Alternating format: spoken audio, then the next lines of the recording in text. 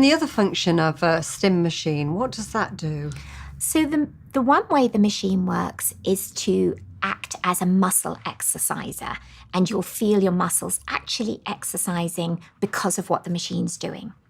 But there are some settings on the muscle stimulation machines that work in a very different way, though it can feel to you similar. So it's a completely different setting and program, a bit like changing the channel on your radio. And it runs a current that will predominantly excite all your sensory nerves, and particularly the ones that we hope feed the bladder.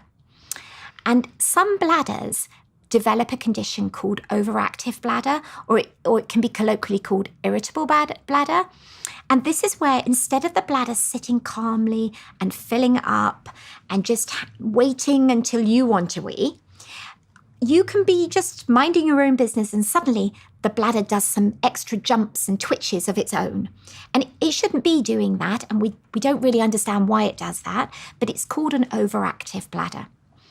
Now, what this other setting can do is they think that by sending lots of sensory nerves to the bladder, in some way it seems to calm this jumpiness down. We don't really understand the science behind it fully yet, but in my mind, the way I think of it is that if I touch you, you might jump, and so you're a bit oversensitive. But if I continue to touch you in a very low-key way, you might get used to that idea that you don't need to be so jumpy. So when we're running that program, it doesn't feel like anything's happening at all except this strange tapping, thudding kind of feeling. And we run it continuously, and you don't have to do anything. You can just sit back and read your book. But under the bonnet, it's called neuromodulation, and in some way it seems to have a calming effect on bladders.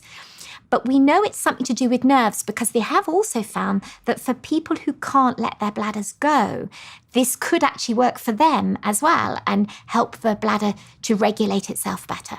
So it's a bit of a strange one, but has got some promising trials behind it and some promising results from people who use it.